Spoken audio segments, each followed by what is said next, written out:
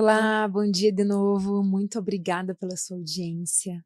Estamos aqui em mais uma sexta-feira com muito conteúdo e informação de qualidade para você. Eu sou Verônica Pacheco, jornalista e empreendedora da comunicação, CEO da Toda Comunicação, e estou aqui hoje nesse pod chamado É Vero, para trazer, como eu disse, conteúdo de qualidade para você. Mas antes, é importante a gente falar de quem faz tudo isso acontecer, né? O nosso patrocinador, o nosso querido Play Service. Toca aí.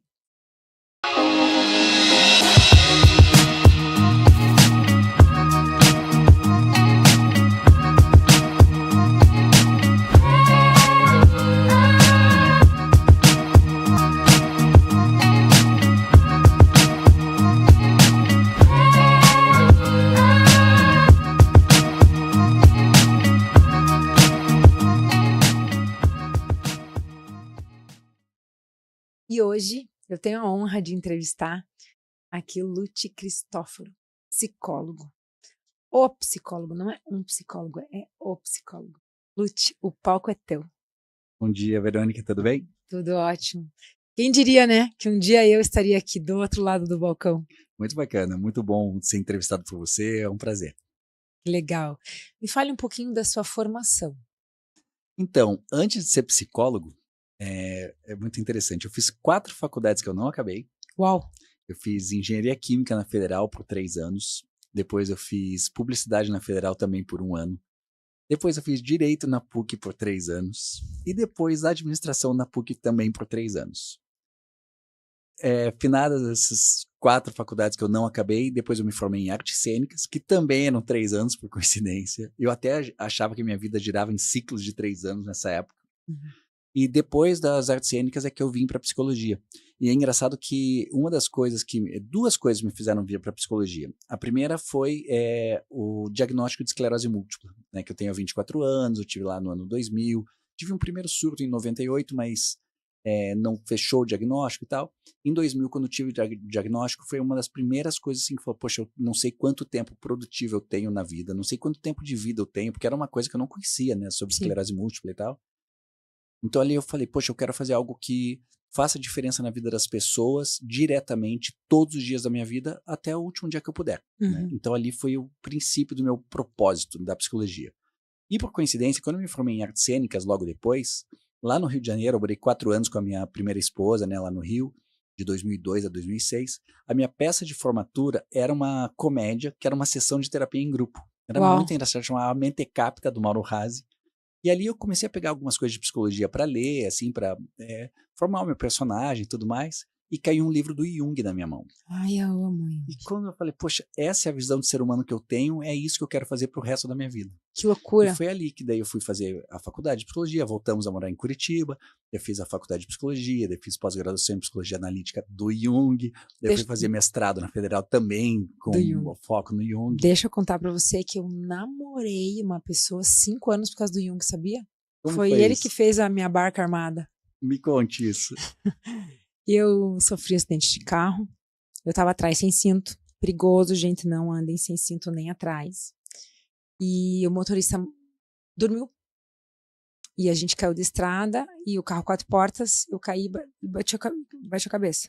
Cheguei glaucoma 4 no hospital. Nossa. Glaucoma 5 é morte cerebral. Ou 3, sei lá, uma coisa assim, eu não entendo. E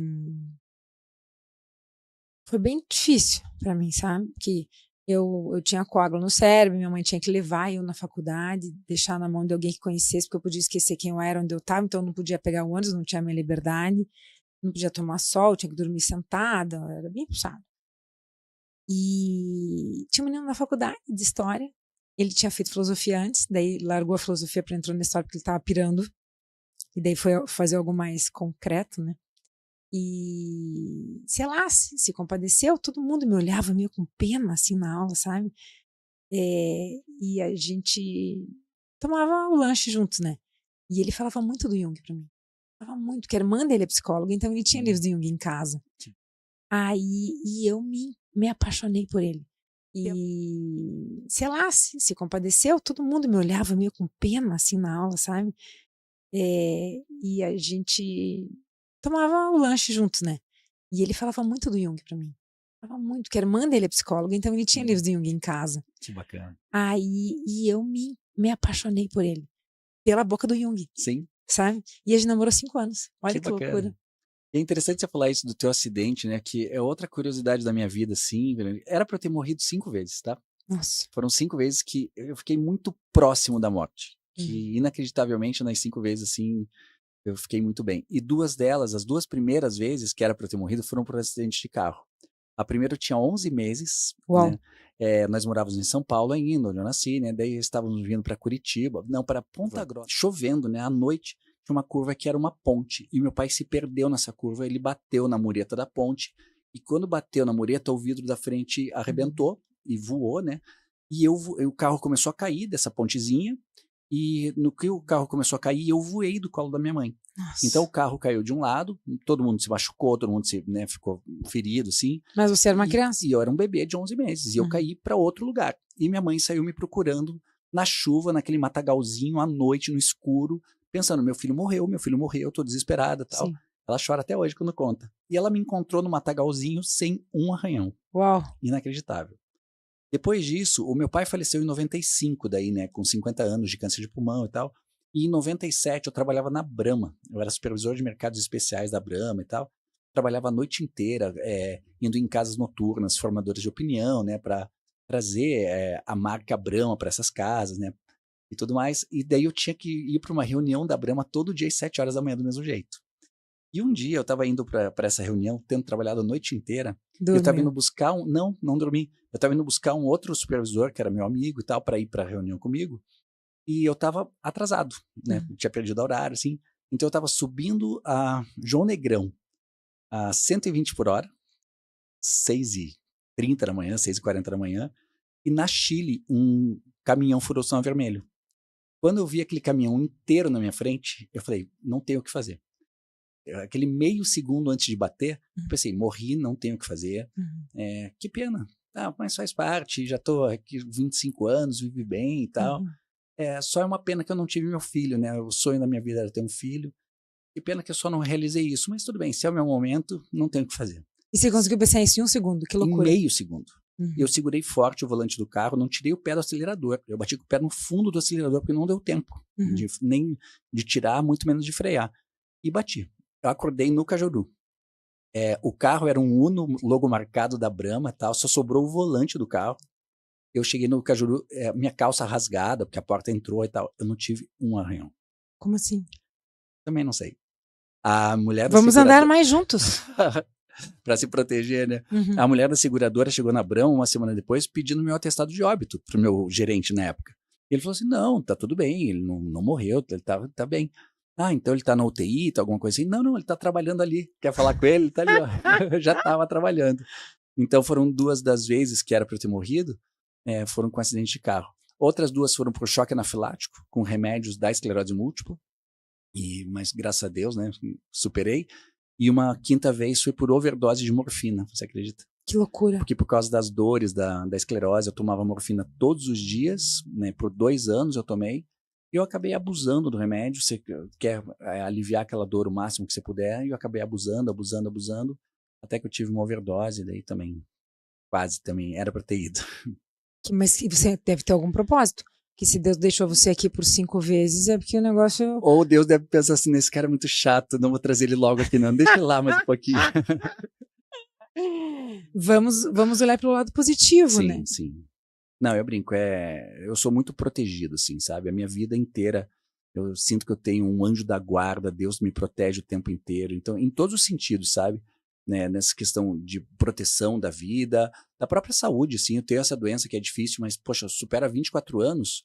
E a maioria das pessoas, se eu não falar que eu tenho esclerose múltipla, nem diria, sabe? Mas eu vou te falar, Lúcio, eu não tenho inveja de você. Eu não tenho inveja porque eu poderia ter morrido 2 vezes. Que eu lembre, que eu saiba agora, porque talvez outros que, né? Sim. Quando a minha mãe estava grávida de mim, ela estava com muita dor. Aí meu pai levou ela no hospital e o médico disse que eu tinha morrido e fez uma curetagem. Nossa. E ela continuou com dor. Aí no dia seguinte, ou sei lá, 2, 3 dias depois, meu pai levou no hospital de novo. E o médico falou, não, foi feito mal feito a curetagem, vai ter que fazer de novo. Só que eles queriam cobrar. E na época, tipo, era uma fortuna, assim, o salário inteiro do meu pai era... Ele falou, não, vocês fizeram errado, vocês têm que se responsabilizar. Não que ele não fosse bancar, não isso, mas é que é injusto, né? Aí tava lá os dois, o médico e o pai brigando e tal. Aí passou uma enfermeira, vendo minha mãe com dor, e os machos lá se degladiando, né? Aí ela pegou um papel, escreveu como se a gente fosse indecente, assim, sabe? E deu pra minha mãe e falou, vai naquele outro hospital e fala com esse senhorzinho que ele vai te ajudar. Aí meu pai foi, daí chegou com o documento na mão, aí o pai disse que o médico falou assim, palavrão, que eu não vou repetir, né? Tá. Açougueiro! Açougueiro! Ele falava assim, sabe? Como se tivessem feito um golpe só pra... Aí botou aquela coisinha redonda, como é que chama? Pra ouvir o coração. Ah, sim. Na barriga da minha mãe e falou assim, teu filho tá vivo. Na época eu não sabia se era homem ou mulher, porque não tinha aqueles exames, né? Não estou denunciando idade, nada. Mas não faz tanto tempo assim. Aí, mas ele falou assim, se fosse vocês, o médico falou, eu abortaria, porque você tomou um remédio que você tem 80%, o seu filho tem 80% de chance de nascer com problemas mental e físico. Nossa. 80%. Mas meu pai teve uma educação religiosa e tal, eles não quiseram me abortar. Aí, estou eu aqui, não sei se com algum defeito, até agora ninguém me mostrou nenhum, assim, muito aparente. Deve ter um parafusinho solto, alguma coisa, mas temos. Mas nada, assim, muito, né, assim, direto. E já foi minha primeira. Aí a segunda foi esse acidente. Sim. E então eu também fico pensando muito o que eu tenho de tão importante, o que eu tenho para fazer aqui. O que temos que realizar, né? Porque eu já entendi que eu sou importante. Assim, não muito, né, assim, direto. E já foi minha primeira. Aí a segunda foi esse acidente. Sim. E então eu também fico pensando muito o que eu tenho de tão importante, o que eu tenho para fazer aqui. O que temos que realizar, né? Porque eu já entendi que eu sou importante. Não que todo mundo não seja, né? Acho que pela gente já ter o dom da vida, a gente já é. Sim. Mas, por conta dessas duas situações que aconteceram comigo em especial, mas ele com 5, gente, aí com 5 é demais. É mais do que o dobro. Mas tudo bem. Vamos É engraçado, Verônica, que a gente tem mais uma coisa em comum, né? Além dessas escapar da morte, nessas vezes e tal, os nossos pais têm o mesmo nome, né? Luiz Carlos. Que legal. De todos os meus clientes, é uma pessoa assim, ímpar, sabe? Que eu admiro muito. E eu vou fazer uma mentoria, vou pegar um pouquinho de cada para poder ensinar até os outros clientes. Porque eu mando uma mensagem dizendo, hoje ou amanhã, ou semana que vem, tem TV, ou tem rádio, ou preciso disso. Ele responde na hora. Ou assim, minutos, sabe? A maioria das pessoas, não, imagina, o Lúcio está atendendo, o Lúcio está ocupado, o Lúcio, né? A maioria dos clientes respondem no final do dia, quando acabam de trabalhar, né? E cada um tem o seu foco normal, mas ele dá uma atenção para toda a comunicação que eu fico muito feliz, assim, sabe? Eu fico muito lisonjeada, porque eu vejo que ele entende a importância disso daqui, da gente ter público, da gente estar mostrando, da gente estar aparecendo esse palco, né? Levando informação para as pessoas. Exato, podendo ajudar com o conhecimento. Sim. Entre um paciente e outro, eu atendo paciente das 7 da manhã às 8 da noite. Essa é a minha rotina de segunda a sexta. Paro na hora do almoço ali. Claro que às vezes tem uma janela ou outra, um paciente que não pode fazer, né? Alguma coisa que eu preciso desmarcar ou remarcar algum paciente e tal. Tipo hoje aqui? Tipo hoje, né? Ontem eu tinha um paciente das 10 da manhã, que eu remarquei para hoje, né? Eu remarquei para ontem, consegui reagendar e tudo mais. Mas eu faço questão de, poxa, se eu quero, né, a atenção das pessoas, eu sou o primeiro que tenho que dar atenção para as pessoas. Então, deixar as pessoas esperando, eu acho sempre uma falta de educação da minha parte. Uhum. Então, eu sou muito pontual, por exemplo, eu devia ser britânico. Até por amar os Beatles, eu também acho que eu devia ser britânico, porque eu sou muito pontual. Sabe, se eu marco, e não só de compromissos profissionais, se eu marco com meu filho, vou te buscar hoje, 19h15, 19h13 eu tô na frente da casa da mãe dele, entendeu? E é isso com tudo, quando namorava, então é com namorada, é com amigos, é com compromisso profissional, não importa, eu sou muito pontual, porque eu acho que isso é uma questão de respeito que eu tenho que tenho que ter com as outras pessoas. Eu super concordo com isso e eu acho que isso é muito importante. Sim. Porque o dinheiro você consegue devolver para a pessoa, o tempo dela não. O tempo não. Então, eu também sou. Eu lembro uma vez eu perdi uma sociedade com uma menina, eu perdi muito dinheiro, porque ela tinha um contrato grande, porque eu falei, ó, ela gostava de acordar tarde, ela também era meio maloqueirinha, assim, sabe? Eu falei, ó, se for para entrar como sócia, a gente vai ter que ter padrão. Tem que ter horário, tem que ser pontual e tem que se vestir adequadamente. A gente não pode chegar numa reunião de rasteirinha, poxa, né? Não é o caso. Aí acredito que ela não quis fazer sociedade comigo justamente por conta dessa coisa do tempo. Sim. Porque ela era. Tem gente que. A gente respeita, tem gente que tem mais produtividade à noite. Eu chego às 18 horas, eu já tô dando boa noite, querendo. Sabe, minha naninha, sabe? Não, sabe? Mas de manhã, 4, 5, 6 horas da manhã, eu já tô gritando. Então... Mas sabe que mesmo à noite, assim, porque além de ser psicólogo, eu sou músico, né? Além de ser ator formado em artes cênicas, eu sou músico, eu sou vocalista de uma banda de rock e tal. Então, mesmo quando eu trabalho o dia inteiro e tem um show marcado, a gente não tá fazendo show esse ano, a gente tá meio parado, eu fiz 2 shows esse ano inteiro. Mas se eu trabalhei o dia inteiro, eu tenho um show marcado para 9h30 da noite. Pô, eu quero que o show comece 9h30 da noite. Sim. Porque as pessoas estão programadas ali para fazer isso, para daí a hora de ir embora, a hora de dormir, de trabalhar no dia seguinte, entende? Você dá o respeito para quem estava no horário. Lógico. Você não tem que respeitar quem se atrasa. Exatamente. E normalmente no Brasil, assim, vamos dar uns 5 minutinhos de gap aqui para quem não veio. Sim. Não, quem não veio vai perder o começo. Exatamente. Porque, mas o trânsito...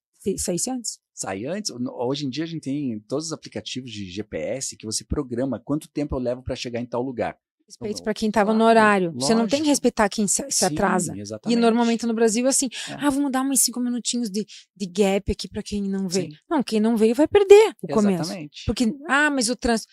Saísse antes? Sai antes. Hoje em dia a gente tem todos os aplicativos de GPS que você programa quanto tempo eu levo para chegar em tal lugar.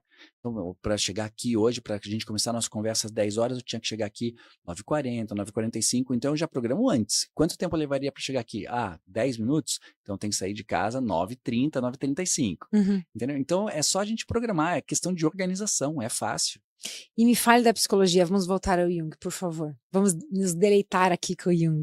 Não, a psicologia é a minha vida, eu amo fazer isso, sabe, como eu estava te falando, atendo de segunda a sexta, das 7 da manhã às 8 da noite, ainda esse ano, então Deus ajude que ele realmente passe, ele quer fazer medicina, ele está fazendo vestibular de medicina, que não é fácil, aos 16 para 17 anos, então, daí como ele no terceirão está tendo aula aos sábados, eu falei, poxa, eu vou aproveitar e vou atender também nos sábados de manhã, então estou atendendo das 8 ao meio-dia também aos sábados.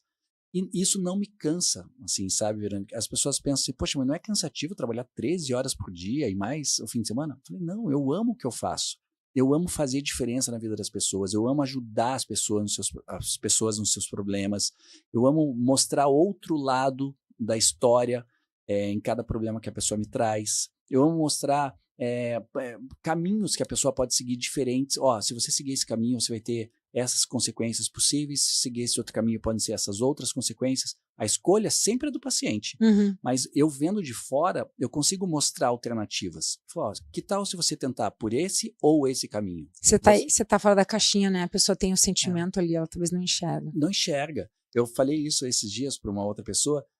Por exemplo, se você está com um problema X, tá, e você está dentro do problema, às vezes você não enxerga todas as possibilidades de solução daquele problema.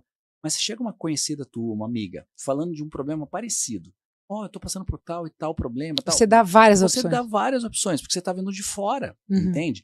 E aí na psicologia, além de você estar vendo de fora, você tem o conhecimento técnico, você tem a experiência, você tem, sabe, o conhecimento da psicologia. Então é muito gostoso fazer isso.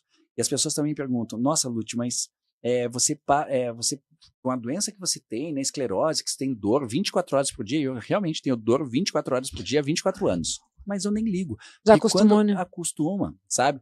Porque quando daí as pessoas perguntam, poxa, mas você ainda tem disposição e tranquilidade para ficar lidando com o problema dos outros o dia inteiro? Eu falei, claro que sim. E quando eu cuido do problema dos outros... Ameniza o teu. Ameniza totalmente o meu. O meu fica de lado, assim, depois eu penso nisso aqui, entendeu? Então é tranquilo para mim, eu amo fazer isso, então eu quero fazer isso até o último dia da minha vida. Que legal. E você atende mulheres, homens, adolescentes? Lidando com o problema dos outros o dia inteiro? Eu falei, claro que sim. E quando eu cuido do problema dos outros... Ameniza o teu. Ameniza totalmente o meu. O meu fica de lado, assim, não, depois eu penso nisso aqui, entendeu? Então é tranquilo para mim, eu amo fazer isso, então eu quero fazer isso até o último dia da minha vida. Que legal. E você atende mulheres, homens, adolescentes, crianças, Eu atendo idosos? a partir de 10 anos de idade, entendeu? Porque a terapia infantil, né, das crianças menores é uma terapia diferente. É lúdica, né? É mais lúdica, com desenhos, com brinquedos, com brincadeiras mesmo, assim. Então você, para chegar, né, ao inconsciente da criança, ou para ela poder expressar o que está sentindo, o que está vivendo, é uma outra abordagem.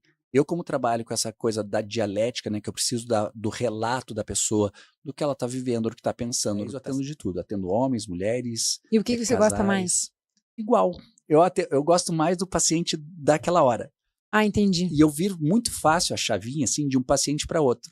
Então, eu estou atendendo um paciente, por exemplo, que está passando por um diagnóstico de câncer, né? Então, eu estou 100% mergulhado ali. Acabou a consulta dele, vou começar o próximo, eu viro a chave na hora. Então, o próximo paciente que eu for atender, seja ideação suicida, seja problema de relacionamento amoroso, não importa, algum problema profissional, agora o paciente mais importante é aquele.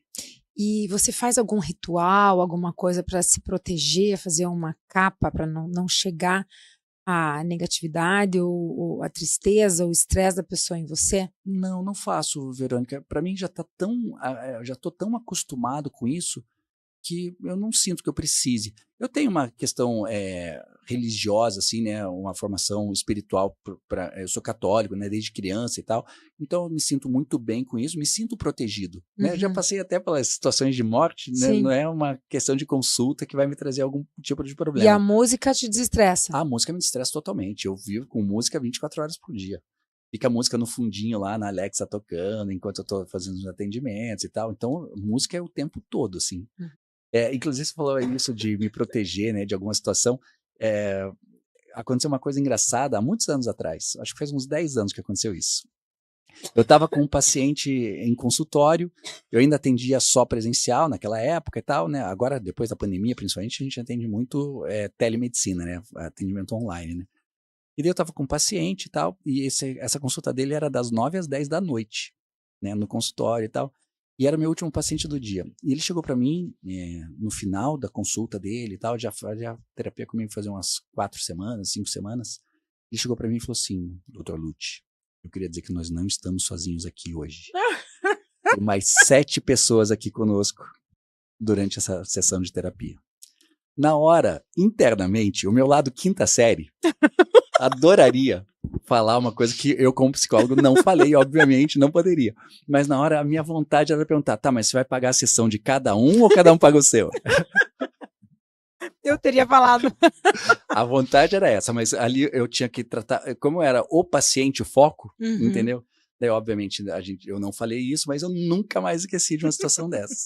Então é muito engraçado. Então é uma coisa que eu não me abalo, não me afeta, não me assusta, sabe? Eu respeito todas as religiões, já frequentei, já fui conhecer várias outras, mas foi muito engraçado na hora. Na hora, se eu não tivesse preparado, você olharia, tá, cadê os 7? Não, mas essa coisa de você querer tirar o dinheiro dele para 7, ele ia se arrepender amargamente de ter falado aquilo, né? Vai pagar de cada um? Essas coisas engraçadas acontecem nas sessões, assim, sabe? São divertidas. Aconteceu uma outra coisa engraçada quando eu fazia faculdade ainda, né? Nós estávamos em aula, assim, e era uma aula bem importante, assim, de tratamento para pacientes que tentaram suicídio, né? Então, a professora falando de todas as técnicas, todas as abordagens que a gente devia lidar com o paciente, tudo mais, a questão dos pensamentos, dos sentimentos. E, pô, foi uma aula bem intensa, assim, foram algumas aulas, mas especificamente naquele dia, a professora estava falando, então, quando acontecer isso, tal, vai para esse caminho, deu todas as indicações, né? E isso tinha uma amiga nossa, aquelas bem desligadas, assim, né? Que estava sentada lá no fundão, no cantinho, assim. Ela chegou e perguntou, mas professora, esse tipo de abordagem a gente faz com pacientes que tentaram suicídio e não conseguiram? Na hora, ali eu não era psicólogo, ali eu era aluno. Daí eu falei assim, não, fulana, não vou falar o nome dela aqui para não expor. Falei, não, fulana, dá para fazer com pacientes que conseguiram também, mas a gente vai lá no Chico Xavier, pede uma sessão lá com ele, tá? Daí vem o espírito, a gente lida com isso. Meu Deus! Então tem coisas engraçadas que acontecem, é divertido. Então a gente mistura. Claro que tem muitos pacientes, né, que vêm com situações bem difíceis e que emocionam. Claro que eu também me emociono eventualmente. Também chora Na consulta dificilmente eu choro.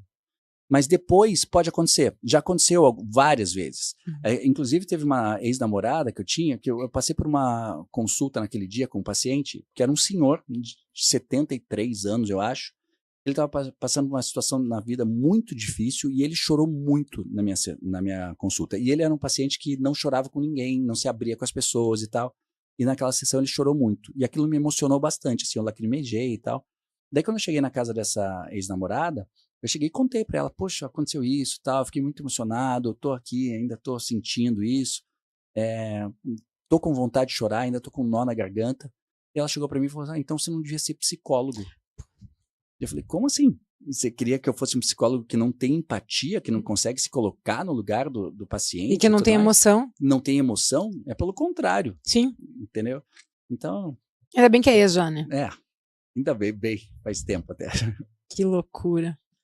Não, mas então muito são legal. situações interessantes que acontecem assim, no processo da terapia. O que eu queria que você falasse pra gente aqui agora um pouquinho sobre esse paradigma que infelizmente ainda tem, e que, psicólogo é só pra louco, eu não preciso disso, sabe assim?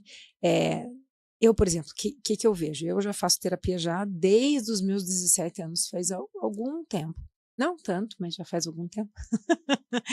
E como que eu vejo? Todo mundo precisa de autoconhecimento, todo mundo precisa se conhecer, e é muito melhor você pagar por uma pessoa que tem um conhecimento técnico para te tirar alguns bloqueios, algumas coisas, do que você falar com a vizinha, com o teu cônjuge, com um parente, se incomodar uma pessoa, que sempre vai falar para alguém, você tem que expor isso, né? E só o falar já é uma terapia, né? Você tirar de dentro já é importante. E assim, eu costumo dizer da mosquinha. Você vai na primeira consulta porque um outro médico mandou, ou porque você está numa situação desesperadora que você realmente precisa daquilo, senão você não sabe o que fazer, aí você dá um jeito de, eu vou ver lá como é que é e tal, né? Aí você chega lá na primeira consulta e vem uma mosquinha e te pica. Nunca mais você consegue largar do psicólogo, nunca mais você consegue largar. É mais ou menos assim que funciona. É bem isso. Então, mas, por favor, relate aqui da parte científica, da parte técnica, da importância da gente cuidar do nosso mental, do nosso espiritual, do nosso emocional, não só do físico, não só isso faz parte até da saúde. Sim. Porque eu sei que esses dias eu estava comentando, 2 pessoas que eu gosto muito recentemente faleceram. E eu estava conversando com alguém técnico. E eles mostraram que morreram do coração, por quê? Por causa daquela emoção que eles tiveram. O coração não aguentou. Quer dizer que se ela tivesse técnicas de respiração, técnicas de calma, eu preciso relaxar agora, talvez não tivesse falecido. Sim, provavelmente. Né? Porque é muito importante, assim, é diferente de você contar alguma coisa para um amigo, para uma amiga e para um psicólogo. Primeiro, porque o psicólogo nunca vai julgar o que você está falando ou o que você está sentindo, né? Essa é a primeira coisa que é a mais importante. Quando você fala para alguém fora, amigos, familiares e tal, a pessoa já, nossa, pensamento estranho, que sentimento estranho e tal, então a pessoa já pode ter um julgamento ali que o psicólogo não vai ter. O psicólogo vai acolher o teu pensamento, vai acolher o teu sentimento para trabalhar aquilo com você. A segunda coisa é a questão do sigilo. Então, tudo que você contar para mim morre entre nós, entendeu? Eu não vou sair contando para os outros, nossa, a Verônica tá pensando em fazer tal coisa, ou tá sentindo isso, nossa, que ridículo, entendeu? E amigos fazem isso, naturalmente, e é normal que façam, né? Porque são amigos, né? Então, que são humanos, né? São humanos. Então, é normal que a gente faça essa diferença entre contar para um psicólogo e contar para um amigo, para uma rede social. Às vezes fala assim, se você estiver triste, não conta para a rede social, conta para o seu psicólogo, né? Então, aqui já é o primeiro fator para você fazer terapia, para desenvolver os seus pensamentos e os sentimentos. A segunda coisa que você falou, do autoconhecimento. Tem coisas de nós mesmos que nós não conhecemos, porque tem muita coisa que está no nosso inconsciente, e a gente acaba deixando no inconsciente até por uma autoproteção, algum trauma, alguma coisa que a gente passou lá e que a gente cai no esquecimento. Não caiu no esquecimento porque eu simplesmente não lembrei. Às vezes é uma forma de autopreservação da própria pessoa, da própria mente. Então, não é que eu finge que eu não lembro. Eu realmente caio no inconsciente, entendeu? Deixa eu contar uma história aqui que vale a pena pra gente ilustrar. Aquele dia eu tava muito estressada, não sei por quê. Sei lá, um chico, a menstruação, que a gente chama, né, uma TPM, ou se... Imagina, acordei virada. Aí eu tava com um cliente importante, um cliente chique. Vou até falar o nome aqui, que talvez vocês conheçam. A dona é Arruda. Ele é o dono da Serra Verde Express, do trenzinho que vai pra Morretes, né? Ele é um senhor distinto, uma pessoa de idade, né, maravilhoso, tem uma carreira espetacular e tal, uma família muito boa, eu admiro muito ele. E a gente tava no telefone, e na época eu morava no Rio de Janeiro, e eu soltei-lhe uma patada, sabe? Mas assim, natural. Hoje eu chamo Veroniquei, sabe? Aí ele do outro lado, com a maturidade que ele tem, cabelo branco, né? Ele falou, Verônica, fez assim. Só disse isso. Aí eu falei, e agora? Aí eu pedi desculpas. Eu falei, aí dei um jeito de desligar o telefone, sabe assim, né, aí ele do outro lado, com a maturidade que ele tem, cabelo branco, né, ele falou, Verônica, fez assim, só disse isso. Aí eu falei, e agora? Aí eu pedi desculpas. Falei, aí dei um jeito de desligar o telefone, sabe assim, né, me tentei reverter ali o que eu tinha feito, né, de algum jeito, não me lembro como. Aí desliguei o telefone. Eu lembro, era 3 horas da tarde. Aí passei a régua, botei a roupa da academia e fui lá no Sesc. Eu treinava no Sesc, era do lado da minha casa. Cheguei lá, aí pedi para um molequinho, né? Falei, bota o saco. Ah, não é hora da aula. Falei, bota o saco. Não é hora da aula. Eu falei, preciso repetir? Casa, tomei um banho e continuei. Aí abri o computador de novo e continuei a trabalhar, sabe? Eu entendi que eu não estava bem. Sim. E que a pessoa mais próxima, no caso, infelizmente era ele ali que caiu no meu colo naquele momento, foi quem levou a patada, a consequência, né, daquilo. Então eu precisava me acalmar e como eu sou aquariana, leonina e eu tenho mulher, não sei, eu tenho esse meu jeito mais elétrico, eu achava que fisicamente eu ia conseguir me acalmar. Sim. Extravasar, não com um chazinho de camomila, mas socando um saco de boxe, né? E foi o que aconteceu. E isso é importante, porque daí pronto, acabou, sabe? Depois, quando eu vi ele, eu comentei com ele que eu tinha feito isso e agradeci pela devolutiva que ele me deu. Pelo retorno. Né? Dele não ter cancelado o contrato, dele não ter me xingado, dele não ter feito na mesma moeda, sabe? Ele foi extremamente elegante. Ele só me mostrou o que eu tinha feito, que eu não tinha entendido. Então, é bem Não, foi importante. E sabe o que aconteceu ali com você? Não só o fato de fisicamente você colocar para fora a energia, e que é uma coisa muito importante mesmo, você socou ali aquele saco de boxe, deu chutes e tal, então a parte física e energética aconteceu, mas a outra coisa que é muito importante também é que você mudou o foco. Você começou a se concentrar naquilo, nos chutes, nos socos e tal, você acabou desligando o pensamento daquela situação, do problema, e naturalmente você acalma. Então, quando a gente consegue mudar o foco, quem tem crise de pânico, crise de ansiedade e tudo mais, basta a gente mudar o foco da pessoa naquele momento que a gente consegue acalmar a pessoa de uma forma muito fácil. Sabe? É que nem criança. Ansiedade não precisa de remédio para 90% das pessoas. A gente precisa aprender a focar no agora e mudar foco. Que loucura, legal, ótima dica. E a outra coisa que você fez ali, que também é importante, porque ao invés de você guardar dentro, você colocou aquilo para fora. Eu sempre dou o exemplo de uma panela de pressão, né? Você está cozinhando um feijão e tal, e tá com a panela funcionando a toda. Daí se você for lá, na hora que estiver apitando a panela, você tampar a válvula, vai explodir, certo? É o que acontece com a gente. Se você ficar guardando os sentimentos, guardando os pensamentos, não coloca aquilo para fora de um jeito ou de outro, e com o psicólogo é o melhor momento de você fazer isso, a nossa cabeça, o nosso emocional também vai explodir, né? De uma forma simbólica, assim, né? Então, a gente precisa aprender isso. E outra coisa interessante que você falou, que é desse paradigma também, porque tem muita gente que acha que fazer terapia é coisa pra louco, né? E eu sempre brinco assim, falo, não, louco a gente não trata com terapia, louco a gente interna. É uma piada, né? Óbvio, hoje em dia nem existe mais manicômio, essas coisas, né? Mas eu costumo brincar isso, porque o louco não tem tratamento. Então, o louco só interna e deixa lá uma camisa de força e tá tudo certo. Quem quer fazer terapia, quem quer ajuda, quem sabe reconhecer que precisa de ajuda. Eu até conto uma piada que eu brinco assim que é uma totalmente ilusório, né? É fictício isso. Eu falo para as pessoas que eu acabo de conhecer assim que eu trabalhava num hospital psiquiátrico e eu nunca trabalhei em hospital psiquiátrico.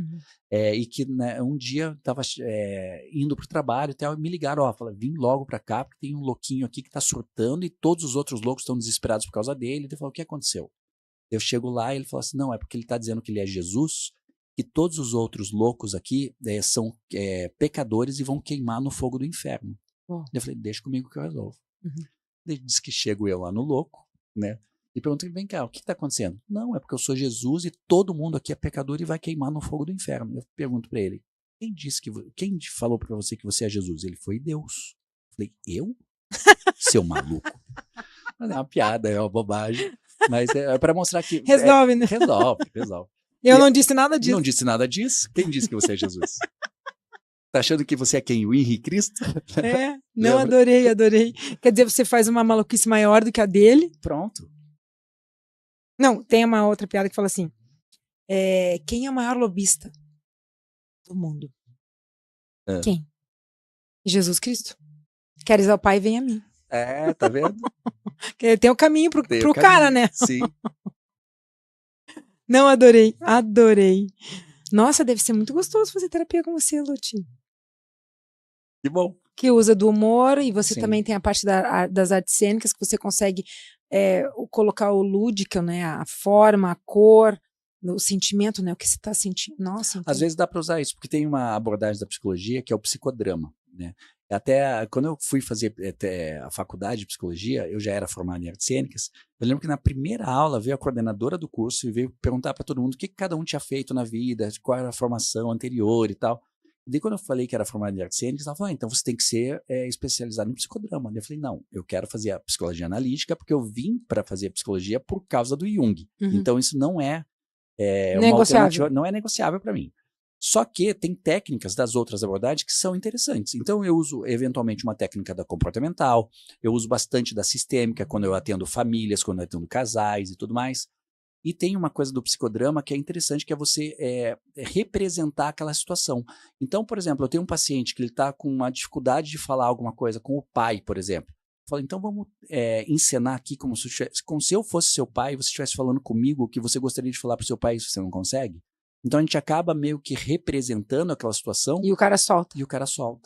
Entendeu? Daí não precisa falar, que nem aquela cartinha, vamos fazer a cartinha. Ou não precisa depois falar daquele jeito pro pai, ou ele se sente mais forte o suficiente para ter aquela conversa com o pai. Entende? Quando realmente é necessário. Quando realmente é necessário. Que legal. Nossa, a psicologia é vida, né? É vida. Lute é vida, né?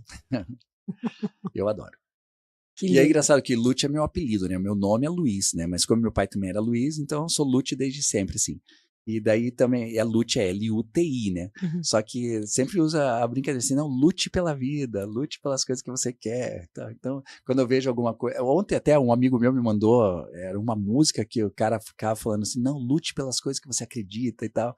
Todo mundo acaba brincando com isso. E eu acabo gostando. Não, bom. É, porque Lute é meio único, né? Luiz tem um em cada esquina. Exatamente. Que legal. E eu acho que você ter o mesmo nome do pai deve ser difícil, né? Você tem já uma obrigação de superar e tal. Eu gosto, assim, eu tenho orgulho, assim, sabe, do nome, assim, eu não tenho problema. Eu até digo, como é que você quer que eu te chame? Pode me chamar do jeito que você quiser, pode me chamar de Luiz, pode me chamar de Luiz Antônio, pode me chamar de Cristóforo. Na Brahma me chamavam de Cristóforo. Eu adoro meu sobrenome também, até pelo significado dele, né? E Cristóforo significa o que carrega Cristo. Então, isso para mim, desde sempre, assim, foi muito bonito, assim. Então, eu gosto muito. Então, para mim, não tem problema. Só que eu acostumei com o Lute desde muito cedo, assim, então, quando eu me apresento, eu falo Lute. O meu filho também, às vezes, quando vai falar de mim, fala, meu pai é o Lute ali, não sei o que e tal. Então, já virou uma marca registrada. Já virou uma marca. Tipo Xuxa. Exatamente. Xuxa. Que legal. Não gostei. Temos ainda mais uns 10 minutinhos. O que você quer falar? O que você acha importante deixar aqui para os nossos telespectadores?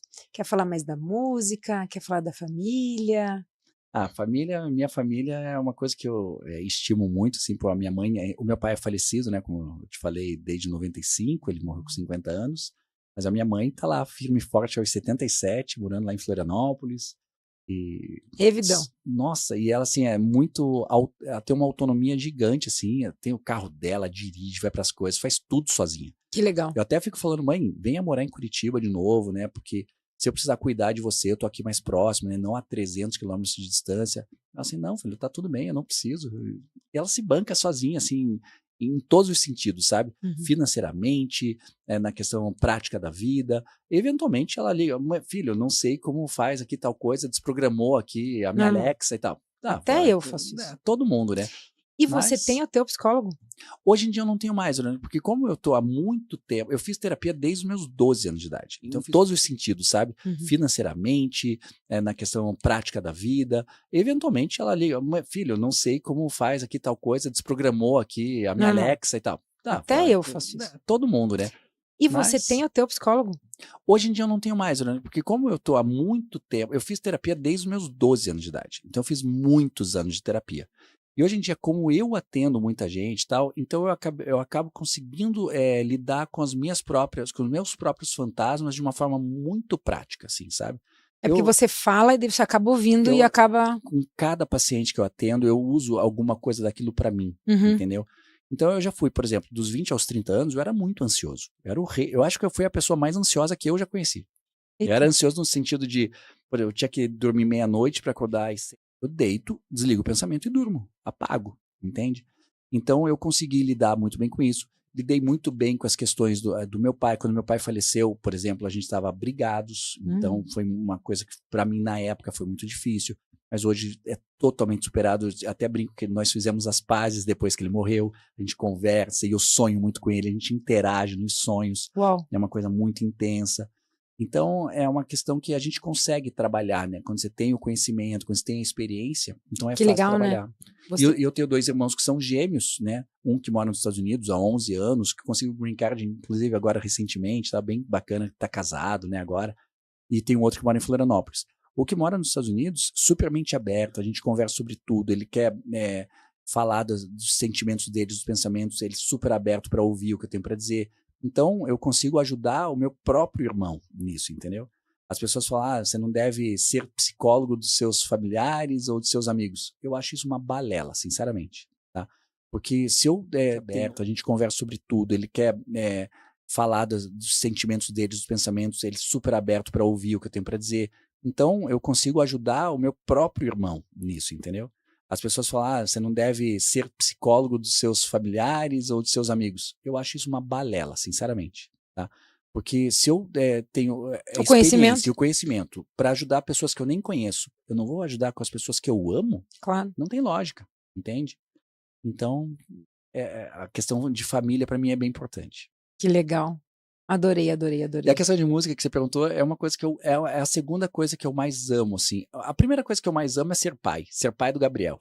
Gabriel, eu acho que é o grande feito que eu tenho na vida, grande orgulho, porque esse menino é uma bênção, sabe?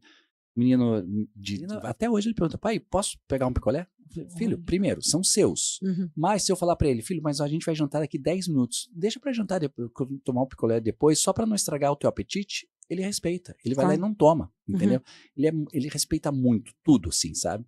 Então, ele é uma bênção na minha vida. Então, a coisa que eu mais gosto é de ser pai do Gabriel. Isso é a coisa mais importante da minha vida. Em segundo lugar, é a psicologia e a música. Então, cantar também é uma coisa que me faz tão bem quanto atender meus pacientes. Que legal. E daí, quem quiser conhecer esse meu lado, eu tenho 2 CDs que estão nas plataformas, todas as plataformas de música. Uma banda anterior que chamava Cromossomos Vadios, e uma segunda banda que daí chamava Banda Top 20. Então, esses 2 CDs estão no Spotify, Deezer e tal. E é engraçado que o Cromossomos Vadios, olha como é irônico isso, né? Foi antes de eu ter o diagnóstico de esclerose múltipla. E eu já tinha cromossomos vadios. Não é estranho isso? Às vezes eu fico pensando, poxa, será que já era uma premonição no negócio? Que legal. Não é uma bobagem, outra bobagem. Mas eu acho que as músicas são bem bacanas. Todas as músicas desses CDs, 99% delas são compostas por mim e pelo Reinaldo Bayer, que é um grande amigo meu, parceiro de composições, que hoje está morando em Balneário e tal. É pop mesmo que você toca? É pop rock. E o Reinaldo é um irmão de coração, assim, é um super compositor. Então, conheçam os CDs, que os CDs são fantásticos. Aproveita. E essa aqui é a tua câmera. Pode passar todas as tuas as suas redes, os teus endereços, telefones e o seu recado final, por favor. Bom, para conversar comigo com relação à psicologia, o melhor caminho é pelo Instagram, no perfil @lute_psicólogo. Ali a pessoa consegue me mandar a mensagem diretamente pelo próprio Instagram, ou então em algumas postagens tem lá o número do meu WhatsApp, então a pessoa consegue me mandar uma mensagem também por WhatsApp. Eu peço para mandar mensagem, não ligar, porque se ligar eu não vou conseguir atender, porque eu estou o tempo inteiro em consulta com pacientes, mas as mensagens eu respondo. E então o melhor jeito de entrar em contato comigo é por esse Instagram, lute_psicólogo. E ali vai ter acesso ao meu WhatsApp também, eu estou aberto a qualquer coisa. E para conhecer as músicas, no Spotify, Apple Music, qualquer aplicativo, uma banda chama Cromossomos Vadios, o nome do CD é Ilusão do Arte de Sonhar, e a outra banda tem que escrever lá Banda Top 20, porque se colocar só Top 20 vai entrar um monte de coletâneas de outras bandas e tal, então escreve Banda Top 20, o nome do CD é Ilusão dos Sentidos, e daí também tem um CD fantástico lá que a gente gravou. Tem inclusive uma música que eu fiz pro Gabriel. Muito obrigada, Lute, pela sua agradeço, atenção, Verônica. pelo seu tempo, pelo seu conhecimento, pela sua amizade. Eu que agradeço, mesmas coisas. E hoje pela alegria, pela diversão que você trouxe aqui para esse palco. Infelizmente a gente está chegando ao fim, mas recomendo psicólogo para todos. Entre em contato com o Lute. E se ele estiver muito ocupado, que tem uma hora que esgota, procurem outros, mas tratem daí da sua mente, da sua alma, do seu corpo, porque faz parte, né? As emoções faz parte de tudo. Ela ajuda. Vamos ao patrocinador, que ele também é muito importante. Ele faz com que isso tudo aconteça. Muito obrigada por agora. Você ainda fica mais de 8 horas por dia aturando seu chefe chato, fazendo um trabalho que você nem gosta, que você faz só porque precisa pagar as contas do final do mês. Um trabalho que você não é valorizado, que você não tem liberdade, como por exemplo, poder trabalhar no conforto da sua casa, perto da sua família. Saiba que isso é totalmente possível e eu posso te ajudar. Eu tenho um treinamento onde você vai aprender como funciona o mercado digital e as infinitas possibilidades de fazer dinheiro com a internet e mudar a sua vida. Clica aqui e eu te espero desse lado.